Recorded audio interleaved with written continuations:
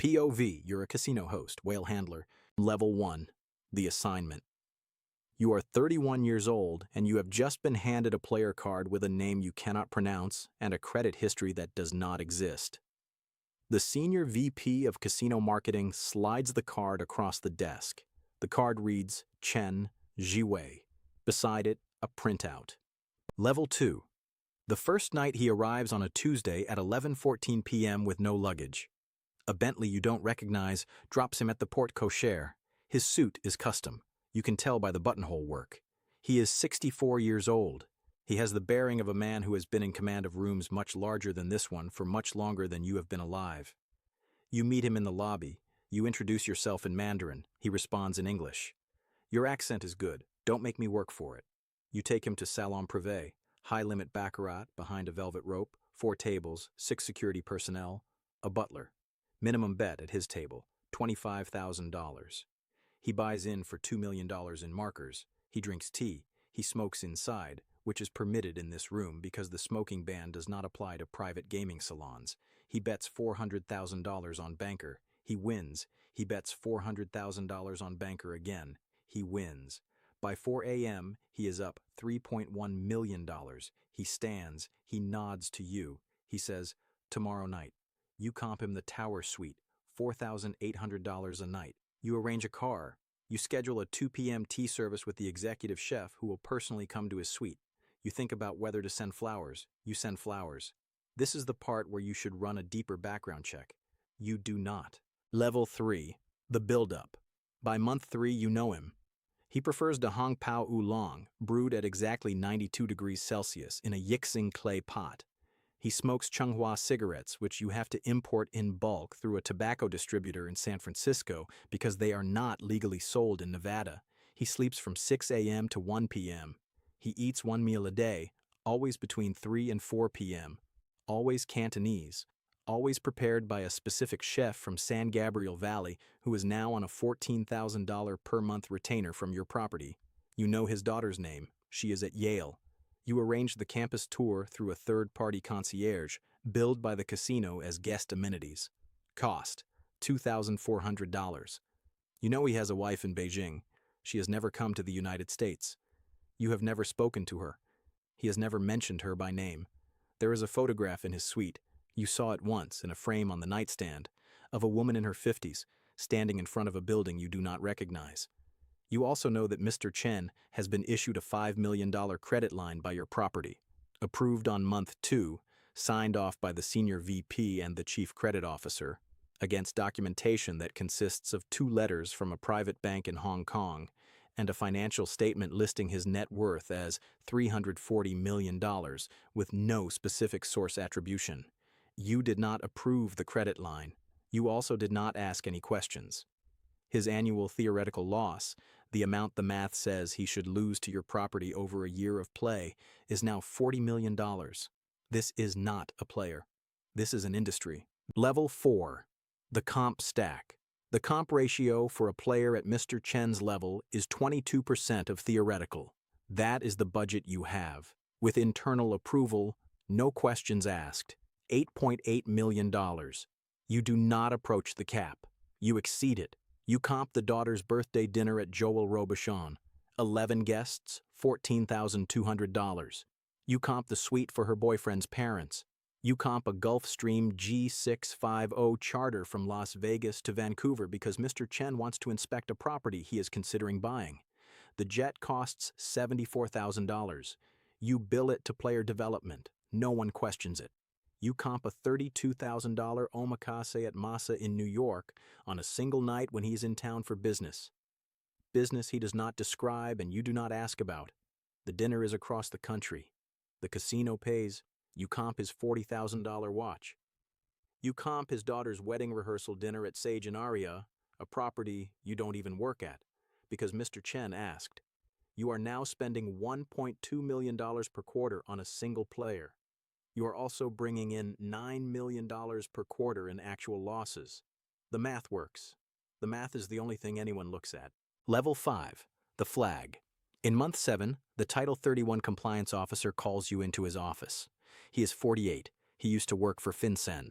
He has the kind of detail-oriented institutional memory that does not exist anywhere else in the building. He looks at you across a desk with a single printed page on it. Your player, Chen. Yes. He's funded his last 4 markers from a single wire source. Hong Kong, same private bank, structured in tranches of $9.8 million. You stare at him. I'm not telling you he's doing anything wrong. I'm telling you the wire pattern is unusual. You ask what the threshold is for a SAR filing. It's already been filed. 2 of them. The bank in Hong Kong is on a list, not a sanctions list, a watch list. I'm telling you this because if something happens, you're going to be asked what you knew and when. You ask what you should do. Your job, just know what you know. You walk back to your office. You sit at your desk. Mr. Chen is arriving in 11 days.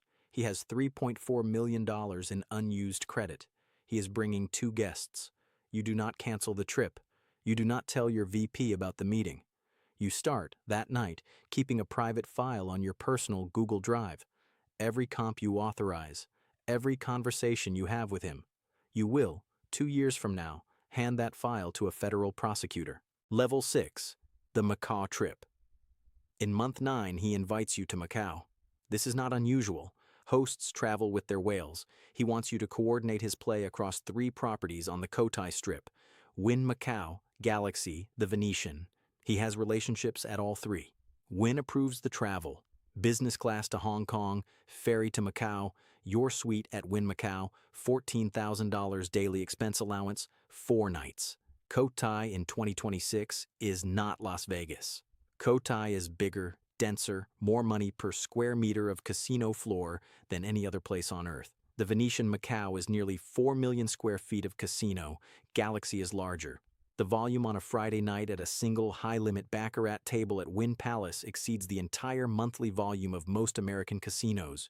You meet Mr. Chen at the Wynn Macau private elevator at 9 p.m. Thursday. He is with 2 men you have not been introduced to.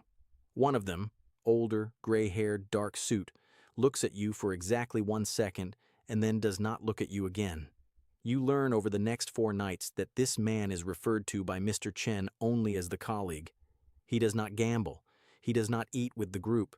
He stands behind Mr. Chen at every table for hours at a time, watching, occasionally typing on a phone, occasionally saying nothing for stretches that exceed 40 minutes. You ask Mr. Chen on the 3rd night who he is. Mr. Chen says, "He works with me." He does not elaborate.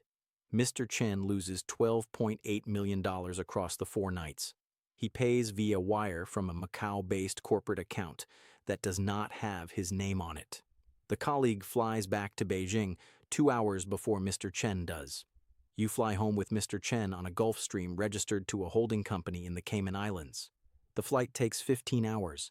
He sleeps for 11 of them. You do not sleep at all. Level 7, the streak he runs in month 11.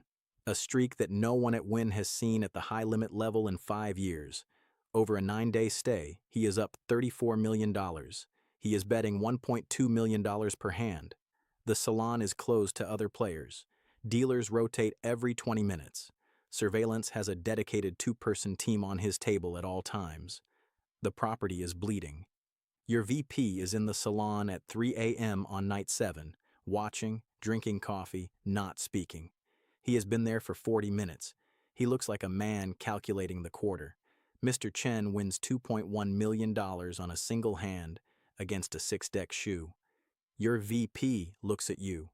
You look at your VP. Your VP says quietly in your ear, "He's going to give it back." He gives it back. Over the next 4 nights, Mr. Chen loses $48 million. He pays $40 million via wire by night 11.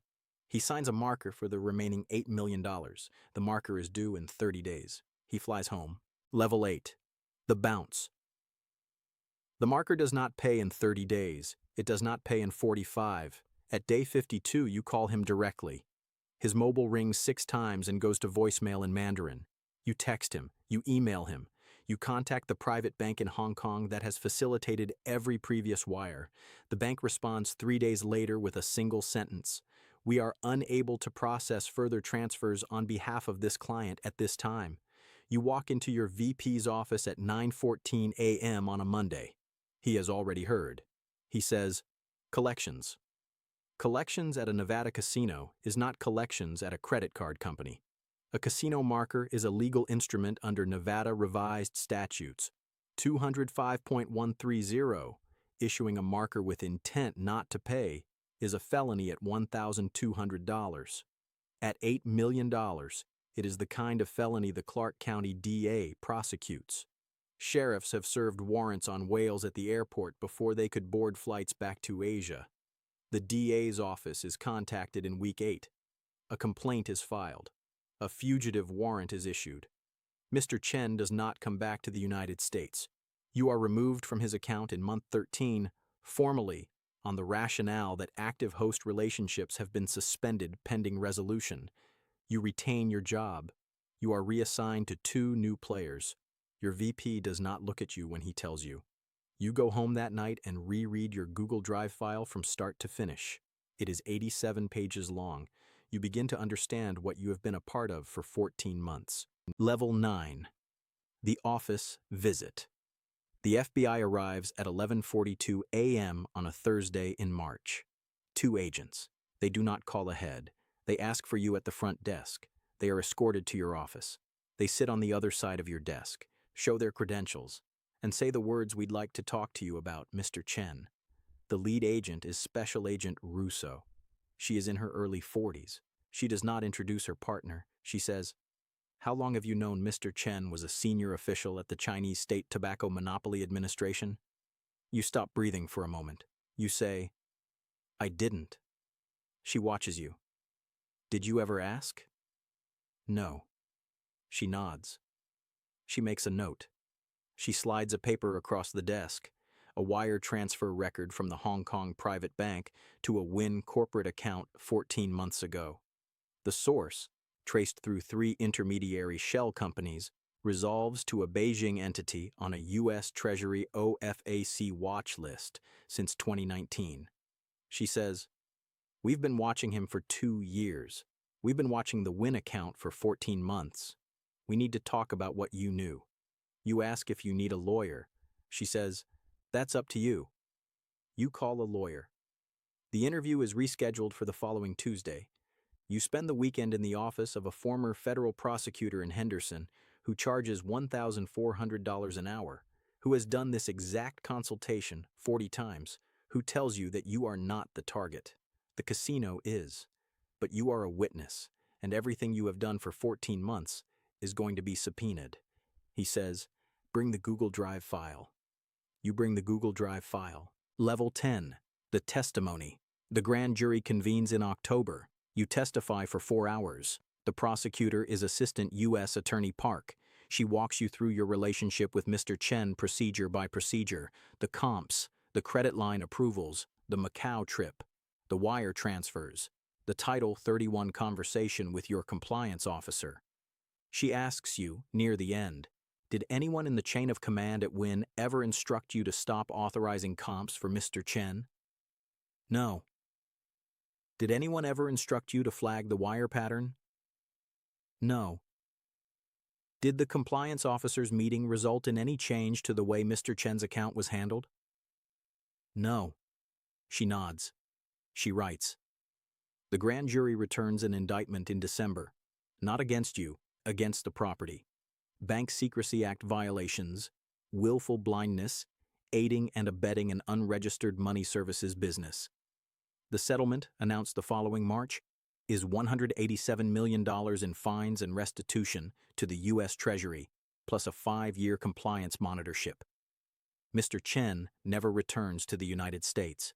The $8 million marker is written off. The Chinese State Tobacco Monopoly Administration releases a statement, in Mandarin only, denying he has ever been an employee. He is photographed in March at a banquet in Hangzhou. He is seated next to a man you recognize from your Cotai trip, the colleague. The end. You are fired in April. For cause. Failure to escalate material compliance concerns. You do not contest it. 6-month severance. NDA, signed on a Thursday at 3 p.m. in a conference room you have never been to before. The Nevada Gaming Control Board interviews you in May. They place a notation in your industry licensing file. The notation means no Nevada property will hire you as a host again. You apply to Marina Bay Sands in Singapore in July. They do not respond. You apply to a property in the Bahamas in September. They decline.